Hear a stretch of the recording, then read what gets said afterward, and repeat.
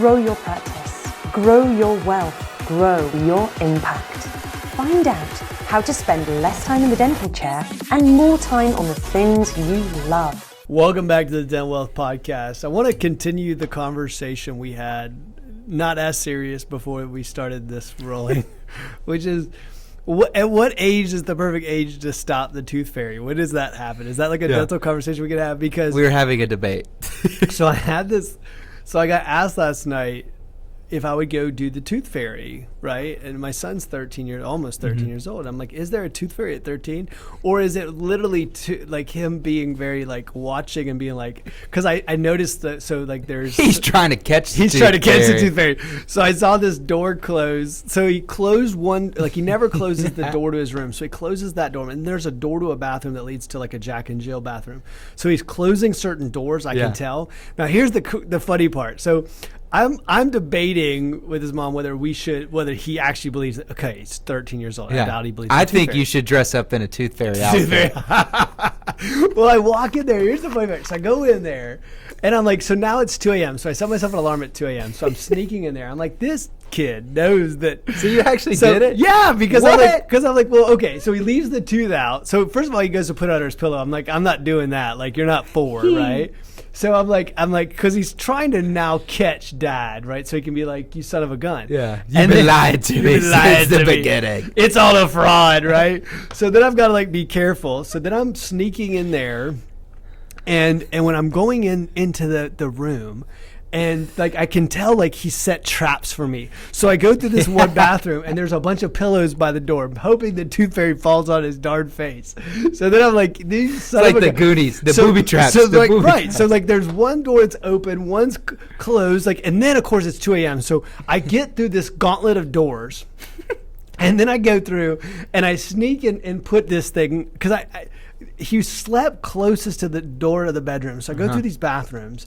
And so he's got this like Goonies style like gauntlet set up for me. So he's like got marbles on the floor. Yeah, it's like we're home alone or whatever. So I get string attached to the door. Like I get through this thing, and finally, like, of course I look down. Thank gosh the tooth was like in a bag. I could get to it. So I put down the money, and there's no pillow. Wait, thing, you right? told him to put it in a bag? Well, no, I think be generous to the tooth fairy. She don't want to be touching your nasty teeth.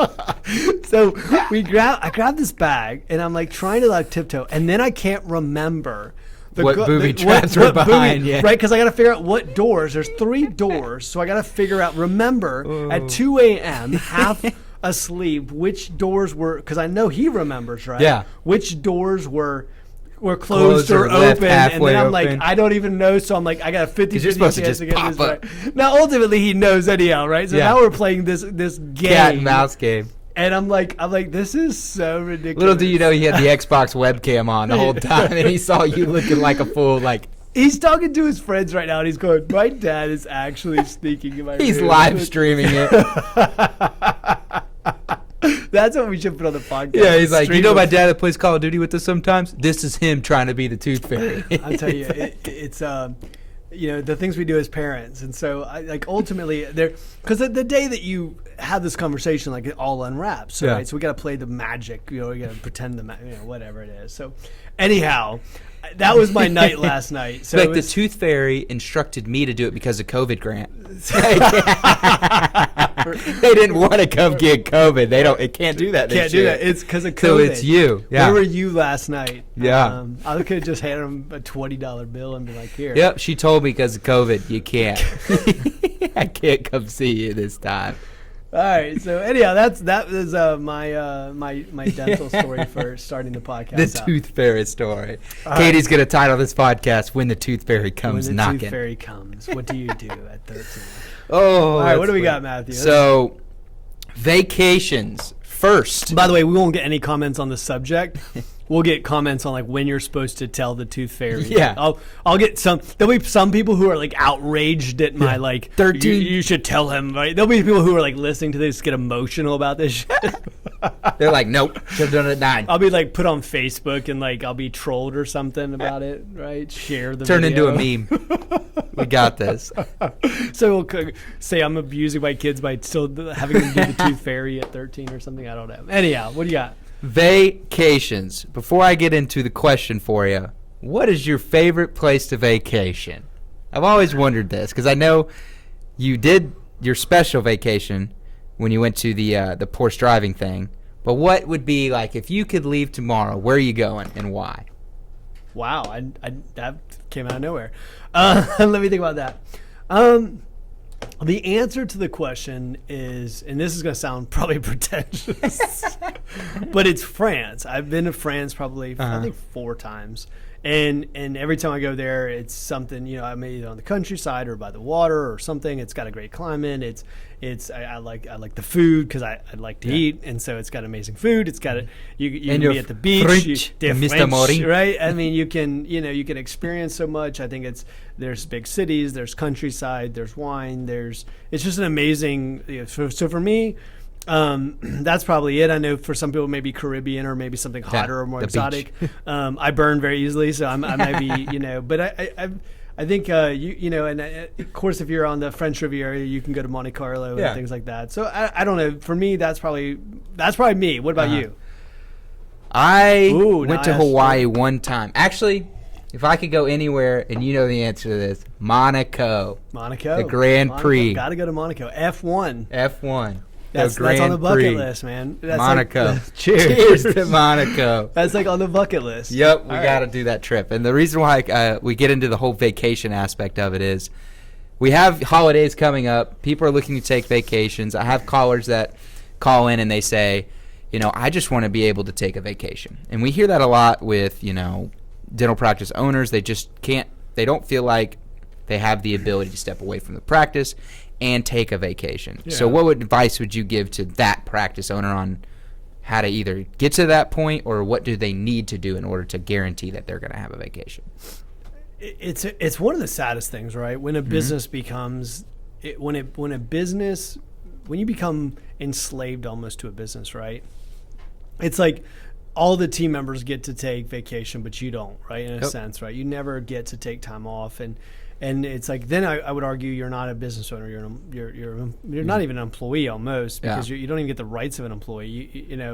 And so that's one of the saddest things that can happen to business ownership. I hate that for anyone going through it, but there is a solution that's pretty simple, and it's not difficult. It doesn't take an act of Congress to do it. It's called put it on the damn calendar. Yep. And the reason why I say that is because what gets measured, right? Yep. Gets managed. And what ends up happening is we say that in things. And by the way, self-sacrifice is not noble. I was just saying this to my kids the other day. One of the things I talk to my kids about, I talk to my kids like they're 27, even though we still do the tooth fairy. I talk to my kids in a way that I believe that they should be spoken to, which is like adults. And so one of the things I talk about is self-sacrifice, as the great Jim Rohn once said, is self-sacrifice is not noble. Self-improvement is. Pity the woman who says, I gave it all up for my kids. No, don't, say, I'll take care of me for you if you'll take care of you for me, which is directly from Jim Rohn. And I say that because moms often give up so much for their children. Yep. So my statement is to say, like, people do that and then they like sacrifice, and there's almost like a badge of honor that they wear around it, and they're like, look at me, I haven't taken vacation. That's right, I haven't taken vacation for 5 years. But the thing is, they let everyone know that, by the way. They wear it around like a badge, letting everyone know that they don't take a vacation. Yep. So we're supposed to see this sacrifice and feel like this person's a horrible business owner, or we can get into the psychology about that, but we might have to change this to the psychology podcast or something. Yeah.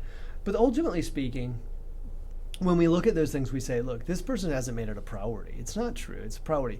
Anybody can take vacation. That's just not true. I mean, if I went through their financial records, I would find the money to go on vacation. Yep. If we looked at the time that was wasted, I guarantee I can find the time. It's not true that the office never shut down. I don't buy that either. Yep. It's just not. It's not a priority. And what ends up happening is you put it on the calendar and then you open up an account. Mm-hmm. And you call it vacation, and hell, if you say, well, I don't have the money, well then put the money aside. Work. By the way, that month I had a doctor, one of the best doctors I work with. So I'm so blessed to work with her. She said to me yesterday, she called herself, and I loved it because she said, here we are at, I think we're at the 23rd. The conversation was happening on the 23rd, and she said, I'm at 86% of the goal right now. and I don't think I'm going to hit it because of the holiday. And she said, I don't think I'm going to hit it. But I loved what she said right after that. She goes, yeah, it's my fault. I should have expanded capacity to hit it. Yeah, to hit it. I knew what was happening. You knew the holidays were coming. I knew the holidays were coming. I should have opened up to do it. And by the way, I didn't have to say it, right? She knew right away. Yeah. No, it's not true. It's not true that the holiday cost her not to hit goal. Yep. Not effectively planning cost her to hit goal. Yep. And so she knows that. So she didn't put that excuse out there because she knows that ultimately speaking, she either didn't plan around it or made a decision and that costed her money. So when we go back to goals again, we can say, look, if I went back and looked at a dental office team and I said, look, here's what we're going to do.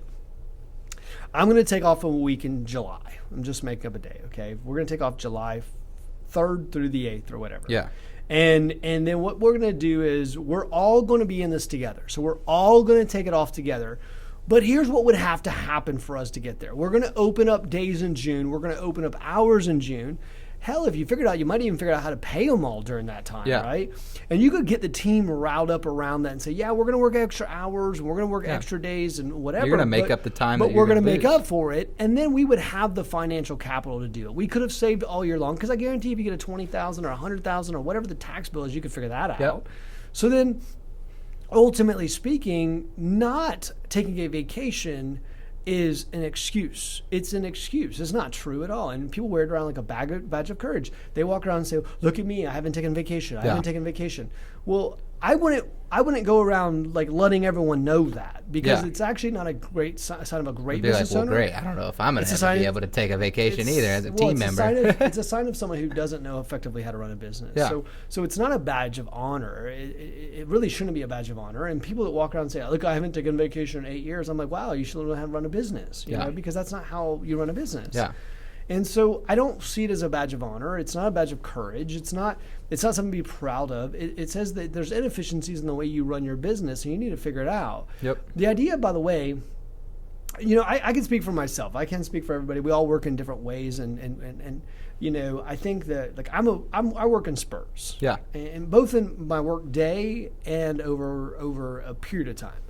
So you give me 6 great weeks, I will bust my butt for 6 straight weeks. Yep. At the end of that 6 weeks, I probably need a good 4-day vacation. Yeah. Because I just know that that's the way I'm wired. Yeah. Recharge. Give me 4 days, I recharge, I feel better, and I'm right back at it again.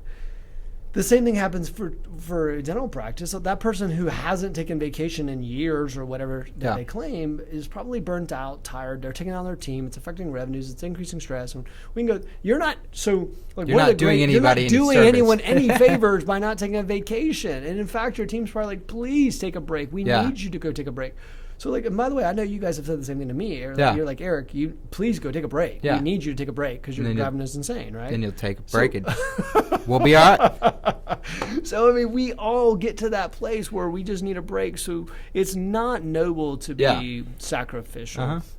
All you got to do is go put it on the calendar. Yep. I mean, it's just like any major company. You basically give like a 6-week notice if you're going on vacation, and then you figure out how you can ramp up to that point to make up for the time that you're gone. Well, one of our earliest things, by the way, when you know, we got pregnant. I guess she got pregnant. I didn't get pregnant. But we got pregnant with our first son. What happened was, the interesting part was, I think it was 2.5 months out, she got put on bed rest. Yeah. And so when that happened was like, she had to figure out what to do with her dental office, right? I mean, you had to figure it out, right? I mean, it's like instantly told you're on vacation now for the next 2.5 months. And so, guess what? We figured it out, right? I mean, that's the truth. If you were to become disabled tomorrow, if something was to happen, you'd figure it out. Yeah. So like this idea of not taking vacation is not doing anyone any favors. It's not doing anyone any service. And by the way, if you say to yourself, well, I just can't afford a vacation, okay, save up points. By the way, you guys won't stop putting things on credit cards. Don't tell me you can't get enough Marriott points. Yeah. I mean, and we've seen it. We've seen it, right? I know it's on your credit card, so use your points for something good. Yeah. And or do something that's inexpensive. Yeah. I mean, or don't go anywhere. Just sit by the family and hang out at the house, like staycation it. Like, go camping or something. Just put it on the calendar and then ramp up for it. I mean, put it on the calendar, figure out what you're going to lose in production, figure out how you're going to make that up. And you don't have to do it all in 1 month. So if you said that July time frame that you were doing, and you figured out at the beginning of the year, these are when I want to take vacations, and that's probably a good point where you say, I want to take a vacation here, here, and here. But I'll tell you one when I'm mentally preparing for myself, and I've told people this goal for 15 years. My goal is when I hit the age of 50, I want to take a 1-year sabbatical. Mm-hmm. And I've put that out in the universe more times than I know what to do with, and I've told people that. Now, it's interesting because if I want to take a year off, I've got to start planning way in advance to take an entire year off because I'm like, I don't want to wait till I'm 66 or whatever age. Now, me, I won't stop. It'll be 89 years old, and I'll be like Warren Buffett. I'll keep going. So, I'm not going to stop. So, the idea to me of taking a sabbatical for a year sounds amazing because I'm like, look, well, I'm healthy. My kids are still young. I can travel. I can do things. Like I'm like, look, I'm going to go when I'm 50 and take a sabbatical. Now, there's a lot of planning. So if I can figure out how to take a year off, you can certainly figure out how to take a week off, right? Or 4 days off, or 5 days off. So there's no excuse for that. There's really no excuse. I mean, you can take it. You mean to take a year off? Could you take a year off? Yeah, you could take a year off. Absolutely. You would just have to plan around that. You would have to make it a priority. But we've got a client right now, and she... Every time I see her Facebook, she's in Costa Rica or California or Utah or Salt Lake City or whatever else. And I'm like, why? Because it's a priority. Yeah, it's a priority. I mean, I think, COVID showed a lot of people they could do it too. We have people that are having their best years ever, and they were shut down for 2 months. Right. Good point. Good point. Yeah. You didn't have that plan, and that just happened. But guess what? You figured it out on the back end instead of the front end, but you figured it out. And it's the same situation with the vacation. I mean, figure it out. Yeah, I mean, it's a great point. I mean, you were mandatorily shut down, and somehow, like, I'm not seeing any tower clients. I don't, our clients are having their best years ever, even though they were shut down for 2 months. Yeah. And yet, so we go back to this and say, because it became a priority. It became a priority to make up the difference. So that's a great point, Matthew. I mean, we look at this and say, yeah, what is the life you want? Because I think what happens is, and as Dan Sullivan would say, we're chasing the horizon, is that people eventually say, when I get there, I'll be happy. Yeah. When I finally get this place profitable, when I get so much revenue in, when I, then I'll take a vacation. Then I'll enjoy myself. Then I'll smile. I want to tell you right now, it'll never happen. It'll never happen because I've never even had somebody walk up to me with $10 million, no debt. If I had found a doctor walks up to me, literally, if he had $20 million, $20 million, zero debt, that doctor would still, he or she would still say to me, guarantee you, like, they would feel just as much stress, just as much drive, just as much things. Because, by the way, I work with people that are very, very wealthy, and they don't sit back and go, well, Eric, I just stare at the walls all day because I'm good now. No, there's still stress. There's still things that they have to do. There's still concerns. There's still headaches. So this idea of, like, eventually I'll get to this place where I won't have any headaches and lollipops will fall from the sky, and then I'll be able to take a vacation, and it's just live your life. Yep. And, prioritize it. The reason you started a business was because you wanted to have quality of time. Yet most of you gave it up. The reason most of you started a business is so you'd have excess money. Yet most of you don't have it. The reason you started a business because you wanted to be in control. But most oftentimes you feel lack of control. Yep. The reason you started a business was because of the fact that you wanted to be a leader. Yet sometimes you feel like you're being led, right? I mean, so what ends up happening is that we say, well, once we get to this point, no, that's not how this works. And so we create the life we want to have now, and we make that a priority. And then that actually creates the desire and drive for happiness and leadership, and looking at it, for that day and that focus. And in fact, people get into negative loops and they keep thinking that loop, and then they ingrain that into their brain and their thinking.